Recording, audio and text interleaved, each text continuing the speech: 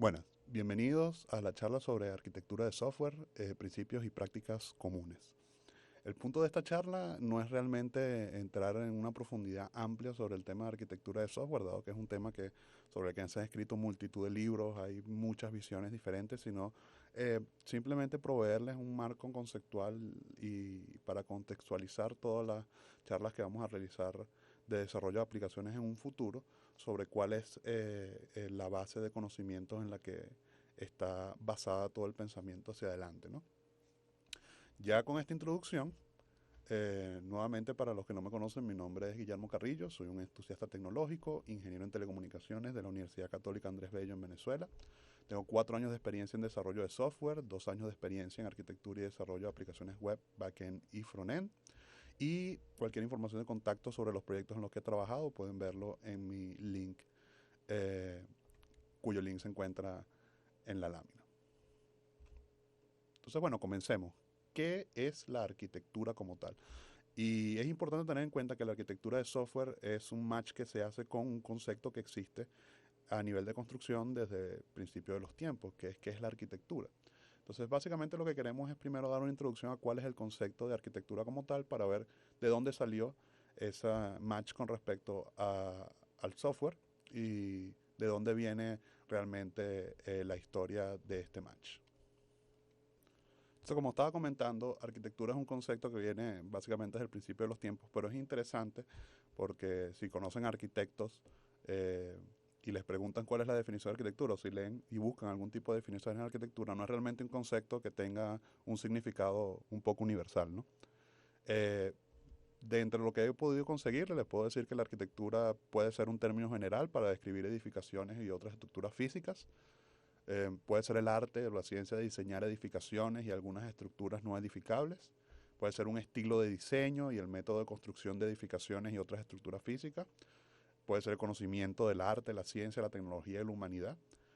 También se define como la práctica del arquitecto, donde la arquitectura significa los medios de ofrecer o prestar servicios profesionales conectados al diseño y construcción de edificaciones o ambientes edificables. La actividad de diseño que realiza este arquitecto desde un nivel macro, un diseño urbano, un diseño de paisajes, hasta el nivel micro, que son detalles de construcción y mobiliario. Entonces, algunas características que podemos decir que tiene este concepto, todos estos conceptos que vimos, ¿no? Es que la arquitectura tiene que ver con planificación, el diseño de la forma, el espacio y el ambiente para reflejar consideraciones funcionales, técnicas, sociales, ambientales y estéticas. También requiere la manipulación creativa y la coordinación de los materiales y la tecnología, de la luz, de la sombra, a menudo con requisitos conflictivos sobre qué debe resolverse. La práctica de la arquitectura abarca los aspectos pragmáticos de la realización de edificios y estructuras, incluyendo la programación, estimación de costos y administración de la construcción. Obviamente que aquí programación se refiere más a un plan. La documentación producida por los arquitectos, que son típicamente dibujos, planos y especificaciones técnicas, define la estructura o el comportamiento de un edificio u otro tipo de sistema que está siendo o ha sido construido. De estos de esta pequeña introducción conceptual, lo que quería era demostrarles que realmente lo que más me interesa, lo que más me parece a mí que tiene la similitud es en la parte de la arquitectura como concepto principal que engloba la planificación, el diseño de la forma, el espacio y el ambiente donde se desarrolla el proyecto. En este caso podría ser un edificio, podría ser una casa, podría ser una iglesia, podría ser cualquier tipo de construcción, pero él refleja consideraciones funcionales, técnicas, sociales, ambientales y estéticas. Esto es lo que me gustaría que tuviéramos en claro mientras seguimos hacia adelante. Entonces, bien, pero ¿qué tiene esto que ver con el software? O sea, ¿cómo se come esto de la arquitectura? O sea, acabo de hablar sobre edificios, ¿cómo realmente se hace este match con, con el software? Y bueno, las definiciones que encontramos de arquitectura de software es de la misma manera igual de variadas. Varios autores han escrito libros sobre arquitectura, muchos grandes autores como Grady Butch, y hay otros autores como Martin Fowler y Robert Martin que han escrito sobre arquitectura, sobre las diferencias de si arquitectura o diseño o realmente qué es lo que estamos haciendo. Realmente nos podemos dar cuenta con este tipo de debates de, aunque parezca extraño, Está demasiado infante todavía el área del desarrollo de software y por eso los conceptos estamos intentando buscarle significados. Pero bueno, lo que llamamos por ahora arquitectura de software podríamos definirlo como la estructura macroscópica del sistema. Si hacemos la comparación con lo que acabamos de ver en el plano de la arquitectura de edificaciones, iríamos al último punto donde dice que es la actividad de diseño del arquitecto desde el nivel macro hasta el nivel micro. Fíjense que ya empezamos aquí a ver más o menos un match con respecto a lo de los conceptos. Esta frase que viene es de Martin Fowler, que dice las cosas importantes, cualesquiera que esas sean. Esto lo que se quiere referir es al hecho del arquitecto como el individuo que tiene que tomar las decisiones que sean importantes en el momento importante. Eh, Otra cosa es que es aquello que es fundamental para comprender el sistema y su ambiente. Nuevamente vamos hacia el punto del ambiente y el sistema como este match conceptual con respecto a lo que habíamos visto de arquitectura hace unos minutos. Cosas que la gente percibe como difíciles de cambiar. Esto es una concepción bastante específica que lo que dice es que la arquitectura de software son todas esas cosas que la gente percibe como que son difíciles, que hay que decidir temprano para poder avanzar en el proyecto, que si un sistema base de datos, que si voy a trabajar en Windows o en Linux, que si voy a trabajar con un lenguaje de programación específico. Entonces, ese tipo de decisiones es las cosas que la gente percibe como que son difíciles de cambiar y eso es parte de las cosas que, yéndonos a lo que dice Martin, son las cosas importantes cualquiera que se sea. Y un conjunto de decisiones arquitecturales se referiría a este tipo de decisiones de diseño, básicamente de diseño de todos estos elementos que componen el software. Como definiciones como tal, podríamos observar que la arquitectura de software se refiere a estructuras de alto nivel de un sistema de software, la disciplina de la creación de este tipo de estructuras, así como la documentación de estas estructuras. Nuevamente vamos al punto último que vimos en las láminas pasadas, donde hacemos el match de la importancia de la documentación como parte del proceso de la arquitectura. Pero fíjense que en aquel caso eran planos, eran mapas, eran un conjunto diferente de entregables de documentación, ¿no? La otra cosa es que la arquitectura de un sistema de software es una metáfora análoga a la arquitectura de un edificio y eso es lo que tenemos que darnos cuenta. Hay muchas limitaciones que vamos a observar por el hecho de tener que hacer la metáfora como arquitectura de software. Por eso es que autores como Martin Fowler están yendo hacia la definición más como de diseño, tanto no como la de arquitectura. Específicamente por eso, porque hay muchas limitaciones que nos hace el tener esa metáfora del concepto de arquitectura que viene de construcción e intentar ponerlo en software. Entonces, esto es lo que quiero que vean, ¿entiendes? La arquitectura, independientemente de la conceptualización, lo que se refiere es a la intención. La arquitectura de un edificio expresa la intención de lo que ese edificio va a tener por dentro, ¿entiendes? O sea, cuando inclusive personas que no estamos metidos dentro del mundo de la arquitectura, no somos arquitectos ni constructores ni nada, cuando observamos un plano tenemos la capacidad de observar características similares. Si es una casa, sabemos que vamos a tener habitaciones, sabemos que vamos a tener baños, sabemos que vamos a tener una sala, un comedor. Esas son características específicas que nos demuestran a nosotros que un plano es una casa. De la misma manera que si es una oficina, vamos a observar cubículos, vamos a observar grandes oficinas, vamos a observar salas de reuniones. Entonces, lo que nos demuestra un plano, lo que nos tiene que demostrar un plano, es en realidad la intención con la cual se quiere construir ese edificio. En el caso de la arquitectura. Entonces, ¿cómo hacemos? Al hacer este match, fíjense que una de las cosas que tenemos que entonces entender es que si quiero hacer un match entre el concepto de arquitectura, entonces necesito que mis entregables de documentación del lado del software me definan la intención de lo que tiene que hacer. Es decir, si estoy haciendo un sistema bancario, tengo que tener la capacidad de observar conceptos de banco, la estructura de la aplicación tiene que, su mapa, la forma en la que está estructurada, tiene que decirme a mí, mira, esto es una aplicación de banco. Tengo que hablar de depósitos, tengo que hablar de retiros, tengo que hablar de cuentas de ahorro, cuentas corrientes, tengo que hablar de movimientos y transferencias, ¿entiendes? Todo este conocimiento tiene que estar expuesto dentro de los documentos que dentro de todo el grueso de la documentación del diseño de la aplicación.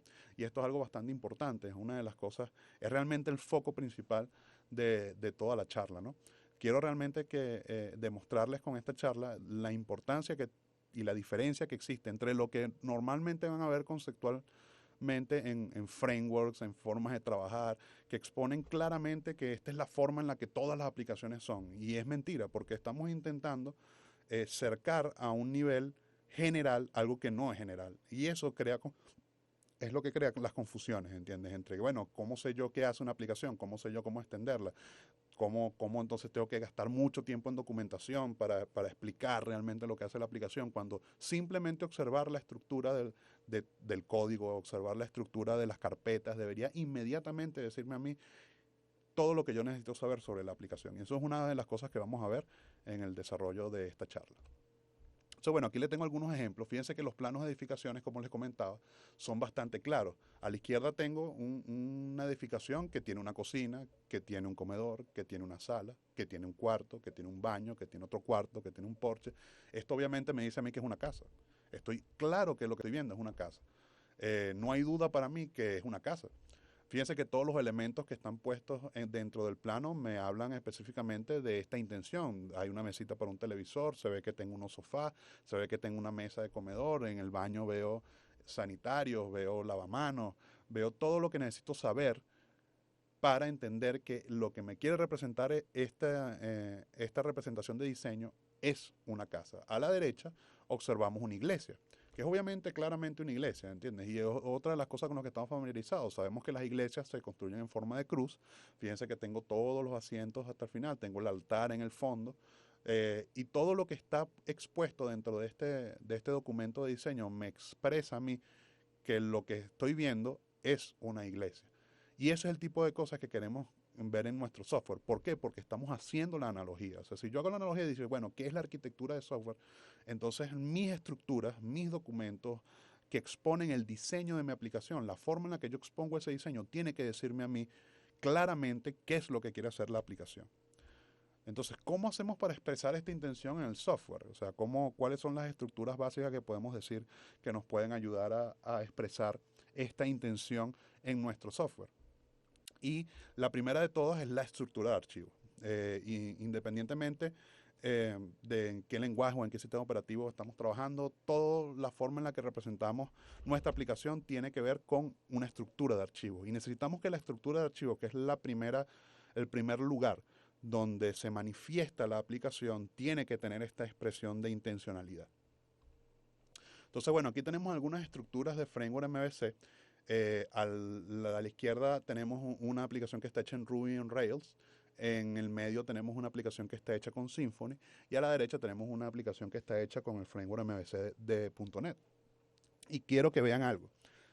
Si observan, todos tienen los mismos conceptos. Tengo un directorio app en los tres. Tengo directorios de código fuente. Fíjense que en el de Rails tengo un directorio que es public, un directorio donde van scripts, un directorio donde van pruebas. Pero más allá del nombre de la carpeta principal, nada de lo que está en esas carpetas me está diciendo, ajá, eso es un blog. Por lo menos en el ejemplo de Rails. Me dice, eso es un blog, pero ¿qué tiene ese blog? O sea, ¿qué es ese blog? ¿Entiendes? Es una configuración, es un log, es una librería, ¿entienden? No tengo la capacidad simplemente de observar la estructura. Fíjense cómo en los ejemplos de arquitectura, simplemente con ver el diagrama, yo puedo inferir ya que es una casa o que es una iglesia. Aquí yo no puedo inferir más allá de que pongas un nombre correcto dentro de la carpeta contenedora, ¿entiendes? Y eso es realmente el problema. Necesitamos que nuestras aplicaciones nos expresen nuestra intención inmediatamente. En el momento que yo abra la aplicación sin tener un README, sin tener ningún tipo de guía, yo tengo que tener la capacidad de entender y saber, bueno, es que esta aplicación tiene pinta de que hace esto o parece que hiciera esto otro.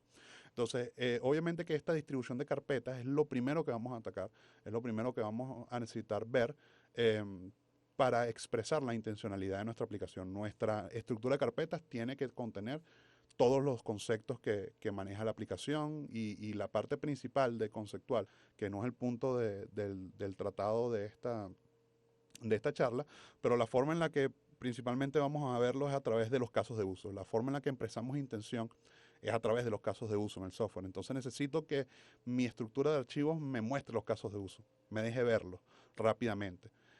Y eso es una de las cosas que vamos a tratar en esta charla. La otra son las estructuras de diseño.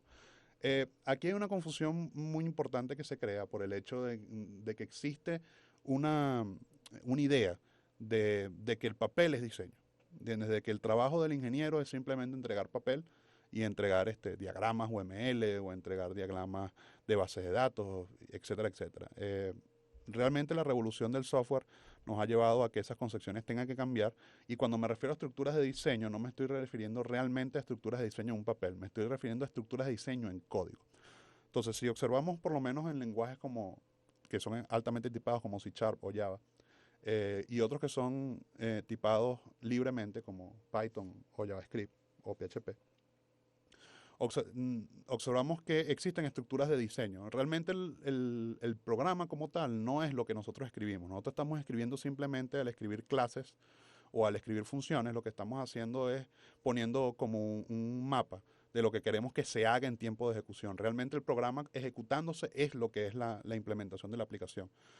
Mientras estamos programando, estamos diseñando. Así estemos escribiendo código de implementación de cómo pensamos que algo va a hacer, no podemos saber si es hasta que se esté ejecutando. Entonces, todo el código que estamos haciendo son estructuras de diseño. Con estructuras de diseño me refiero entonces a los diagramas de clase, me refiero a la forma de la estructura de las funciones y todo este tipo de elementos que nos brindan los lenguajes para poder organizar el lenguaje de nuestra aplicación. Entonces, fíjense, lo que quiero que vean es por lo menos un diagrama de clases como este que está acá, que no tiene información de dominio. Entonces, lo que necesitamos es que todas nuestras funciones, todas nuestras clases, todos nuestros métodos, todo tenga información del dominio. ¿Qué quiere decir esta información del dominio? Información sobre los conceptos básicos de la aplicación que se manejan. Es decir, si yo estoy manejando un blog, como lo vimos en el ejemplo de Rails, necesito que las clases expresen blog, expresen post, expresen usuarios, expresen comentarios. Ese es el tipo de lenguaje del dominio que yo necesito ver en la aplicación. Yo puedo hacer una aplicación de blog que tenga clases que se llama X, A, C, D, pero eso no me va a ayudar. Fíjense aquí, ¿qué estamos viendo acá? O sea, necesito comentarios. Fíjense que tenemos líneas de relaciones con comentarios y tenemos una clase X que no tiene métodos. Entonces yo no estoy viendo nada ahí. Aquí esto no me está dando ningún tipo de información sobre cuál es el contexto de esta aplicación, qué es lo que hace, por qué esto es así, por qué está puesto de esta manera. Y es importantísimo tener en claro que lo que nos va a dar la diferencia dentro del entendimiento y de la expresión de la intencionalidad de nuestra aplicación es cuando observemos los conceptos del dominio expresados de arriba abajo. Es decir, no tengo algo como, ¿entiendes? Si tengo un blog, no voy a tener nada puesto como cuentas bancarias. ¿Entiendes? O clases X, Y, Z. No puedo tener eso. Y parece súper sencillo, pero es realmente algo súper complicado de observar de cómo podemos moldear los conceptos de dominio y cómo podemos modelarlos utilizando lenguajes de programación. Pero es una ventaja que es importante y es una ventaja que hace la diferencia y que realmente lleva el punto del entendimiento y la expresión de la intencionalidad de la aplicación un punto más allá. La tercera cosa que vamos a ver es la estructura en tiempo de ejecución. Como les dije, la expresión de nuestra aplicación eh, es en el momento de la ejecución. Y todos los lenguajes que ustedes manejen tienen lo que se llama un espacio global. Entonces, en el espacio global es donde se encuentran todas las cosas que necesita nuestra aplicación cuando se instancia. Entonces, ¿qué es lo que necesitamos como estructura en tiempo de ejecución? Necesitamos que la forma y la expresión y la intencionalidad se observe también en el tiempo de ejecución. Y eso lo vamos a ver utilizando características como namespacing o uso de closures en lenguajes que no son tipados. Entonces, fíjense, aquí les pongo más o menos algunos ejemplos de espacios globales. Fíjense que en la izquierda tengo PHP y lo que quiero que vean es lo mismo. O sea, yo estoy viendo este espacio global, esto es un espacio de ejecución y ¿dónde está mi aplicación ahí? O sea, veo HTTP, get bar, cookie, HTTP cookie server, ajá, ¿qué es eso? ¿Entiendes? Eso no me está diciendo cuál es la aplicación mía que está corriendo ahí. No tengo la capacidad de observar directamente, observando el espacio global. Ah, mira, esto está corriendo una aplicación que se llama de esta manera y que quiere hacer esto y esa expresión es necesaria. A la derecha, en la parte superior derecha, vamos a observar una expresión rápida de cómo es un espacio global en JavaScript. Fíjense que tengo get computer style, get default computer style. ¿De dónde es eso? ¿Por qué eso está ahí? ¿Cuál es la razón de que eso esté ahí?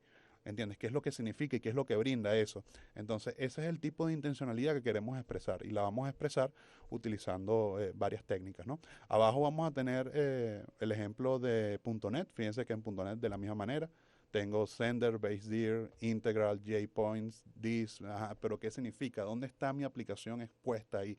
Y eso es lo que queremos. Lo que queremos es que la aplicación y sus casos de uso y la intención de lo que hace se encuentren expresadas en todos los espacios de ejecución, de diseño, de estructura, porque eso es lo que realmente nos va a permitir a nosotros tener una base arquitectural de conocimientos importante y nos va a permitir que el código sea autodocumentable, que nos va a reducir el hecho de que programadores nuevos puedan adaptarse mucho más fácilmente a los cambios, nos va a permitir a nosotros cambiar como cambia el negocio. Es importante entender que aplicaciones empresariales o inclusive aplicaciones propias son aplicaciones con requerimientos cambiantes rápidamente. Y mientras más ajustemos nosotros al negocio y mientras más ajustemos a los conceptos nuestra aplicación, vamos a poder, esos cambios que se dan de manera natural en el negocio, lo vamos a poder expresar de manera mucho más sencilla y rápida del lado de la aplicación. Y eso es lo que queremos realmente hacer con la arquitectura. Con la arquitectura de software lo que queremos es brindar un orden conceptual que nos permita a nosotros expresar el modelo que estamos haciendo de la situación del negocio real, expresarla en software para que las dos puedan avanzar de la misma manera rápida, de la misma manera concisa, de la misma manera eh, junta y no tengamos ningún tipo de retraso con respecto a las peticiones del negocio con las peticiones de la aplicación. Entonces, bueno, a lo mejor se preguntan, ajá, ¿y qué ejemplo tienes esto? Mucho bla bla y poco glu glu. Bueno, realmente el punto fuerte de esta presentación viene ahora. Lo que vamos a hacer es un ejercicio, vamos a tomar una aplicación existente y vamos a ver un poco cómo expresa su intencionalidad y cómo podemos hacer para mejorar la expresión de esa intencionalidad utilizando un ejemplo práctico. Entonces, bueno, nos vemos en el próximo video.